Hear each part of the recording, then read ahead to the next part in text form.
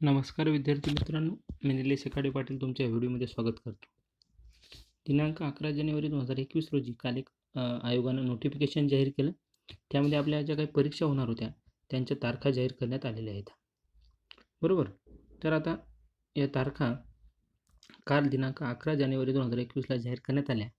तर आपलं महत्त्वाचं काय, तारखा राज्यसेवा पूर्व परीक्षा जी काही ती आपली 14 मार्चला होणार आहे. बरोबर.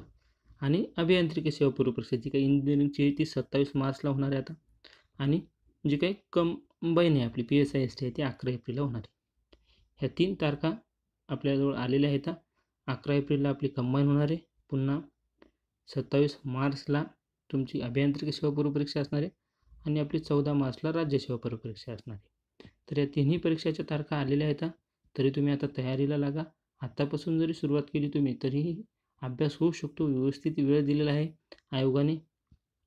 तरी सर्वांना या परीक्षेसाठी बेस्ट ऑफ लक. याच्यानुसार आता तुम्ही तयारी करा, तारखानुसार तुमचं नियोजन करा. 2 महिने आहेत, सराव जास्त करा. नवीन विषय वाचायला घेऊ नका. जुन्या ज्या गोष्टी आहेत त्याच करा.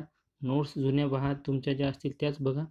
आणि बाकी बेस्ट ऑफ लक. धन्यवाद.